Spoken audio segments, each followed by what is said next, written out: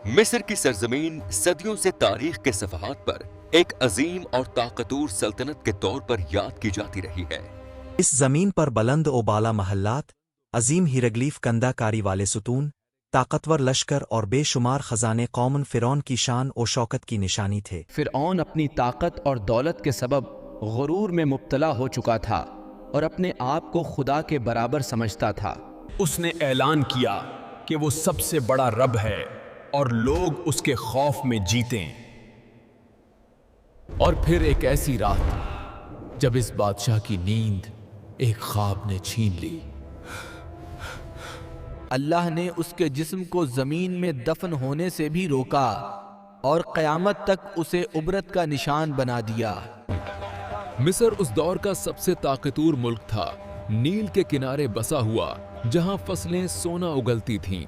और इन सब के दरमियान एक शख्स फ़िरौन, जिसका हुक्म सिर्फ कानून नहीं बल्कि अकीदा था। इसी गुरूर और तकब्बुर के साए में वो बनी इसराइल के बच्चों को कत्ल करता, औरतों को गुलाम बनाता और जुल्म व सितम के पहाड़ खड़ा कर देता। बनी इसराइल की ज़मीनें और वसाइल फ़िरौन के कब्ज़े में थे और लोगों की आंखें खौफ में बंद थीं। इसी मिस्र में एक कौम भी थी जो रोशनी नहीं देखती थी, बनी इसराइल। उनके घर अलग थे, उनका लिबास अलग, उनकी जिंदगी अलग। उन्हें गुलाम बना दिया गया। मर्द सुबह से शाम तक पत्थर उठाते, मोहल्लात बनाते और रात को थक कर गिरते। औरतें सिर्फ जिंदा रखी जाती थीं ताकि गुलामी का सिलसिला जारी रहे। फ़िरौन ने जानबूझकर इस कौम को कमजोर रखा, क्योंकि एक रात फ़िरौन ने ख्वाब देखा। इसने देखा कि बैत अल-मक़दस की तरफ से आग निकली जो मिस्र के घरों को जला रही थी, लेकिन बनी इसराइल के घर महफूज थे। इसी रात नुजूमी और अलमन गैब के दवेदार दरबार में बुलाए गए। ख्वाब सुनाया गया और फिर वो जुमला कहा गया जो तारीख बदल देता है। बनी इसराइल में एक लड़का पैदा होगा जो तेरी सल्तनत के ज़वाल का सबब बनेगा। फ़िरौन का गुरूर बढ़ गया।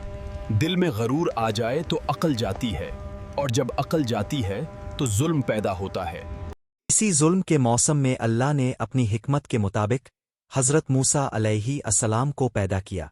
मूसा अलैहि अस्सलाम की वालिदा ने अल्लाह के हुक्म और हिदायत के मुताबिक अपने बच्चे को एक संदूक में रख कर दरियाए नील में बहा दिया ताकि वो महफूज रहे।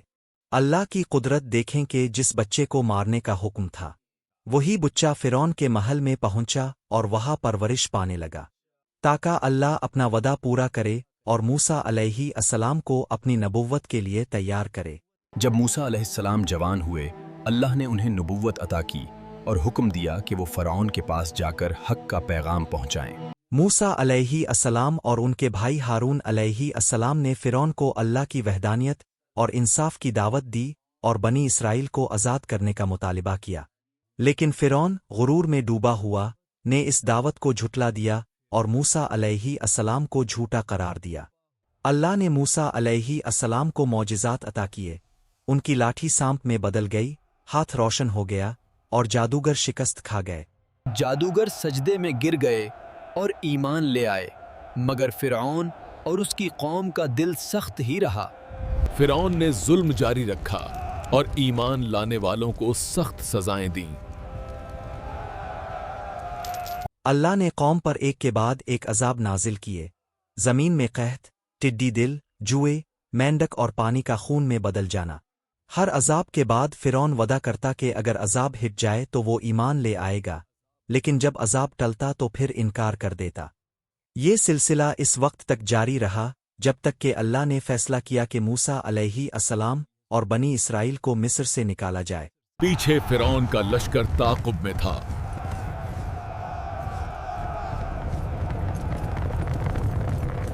हज़रत मूसा अलैहि अस्सलाम के ज़माने में फ़िरौन और इसकी कौम पर अल्लाह ताला ने 5 इंतहाई दर्दनाक अजाब भेजे जो एक माह के वक्फे के साथ नाजिल हुए। हर दौर में अपने नबियों के साथ होने वाले जुल्म, उनकी तकजीब और उन पर किए गए वादों की खिलाफ वर्जी की वजह से कौमों पर अपने अजाब नाजिल फरमाता रहा है। उन कौमों को वो हलाकर दुनिया के लिए उबरत का निशान बना देता है। हर अजाब 7 दिन तक कायम रहा और 7वें दिन हज़रत मूसा अलैहि अस्सलाम की दुआ के सबब वो ख़त्म हो गया। फिर एक माह बाद दूसरा अजाब आया जब हज़रत मूसा अलैहि अस्सलाम ने अपने असर मुबारक से जादूगरों के सांप खा लिए तो जादूगर शहीद हो गए और फ़िरौन ने बनी इसराइल पर जुल्म और सितम शुरू कर दिया। हज़रत मूसा अलैहि अस्सलाम की दुआ के बाद अल्लाह ताला ने फ़िरौन और इसकी कौम पर अज़ाब नाजिल फरमाया। पहला अज़ाब, एक शदीद तूफ़ान के साथ आसमानों से अंधेरा छा गया और तेज़ बारिश शुरू हो गई, जिससे फ़िरौन के महल्लात और उनके घर पानी से भर गए। पानी की शिद्दत इतनी थी कि फिरौन की गर्दन तक पहुंच गला, लेकिन बनी इसराइल के घरों में पानी दाखिल न हुआ। 7 दिन बाद हज़रत मूसा अलैहिस्सलाम की दुआ से ये अज़ाब ख़त्म हुआ। दूसरा अज़ाब, अल्लाह ताला ने फ़िरौन की ज़मीन पर टड्डी दिल भेजा जिसने तमाम खेत और बागात को तबाह कर दिया। इस अज़ाब के बाद फ़िरौन ने दोबारा हज़रत मूसा अलैहिस्सलाम की बारगाह में दुआ करने को कहा और वादा किया कि वो ईमान ले आएंगे। तीसरा अजाब, अल्लाह ताली ने कीड़ों का कपड़े और हत्या के उनके बाल और दाढ़ी तक खा गए। कीड़ों ने फ़िरौन और उसकी कौम की ज़िंदगी अज़ाब में बदल दी, मगर बनी इसराइल महफूज रहे।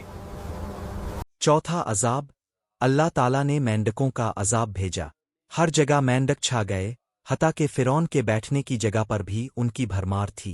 पांचवा और आखिरी अजाब, सबसे शदीद अजाब नाजिल हुआ, जिसमें फिरौन और उसकी कौफ अदिये नील में गर्क हो गए। डूबते वक्त फिरौन चीखा कि वो ईमान लाया, लेकिन अब ईमान कबूल न किया गया। क्यों? अल्लाह ने फिरौन का जिस्म महफूज रखा ताकि आने वाली नस्लों के लिए उबरत का निशान बने। ये सब कुछ इसलिए फरमाया ताकि हमें उन बुराइयों से बचने का सबक मिले जिनकी वजह से कौमें फना हो गईं। फिरौन ने वादे के बावजूद झूठ बोले और बार बार कौम पर जुल्म जारी रखा।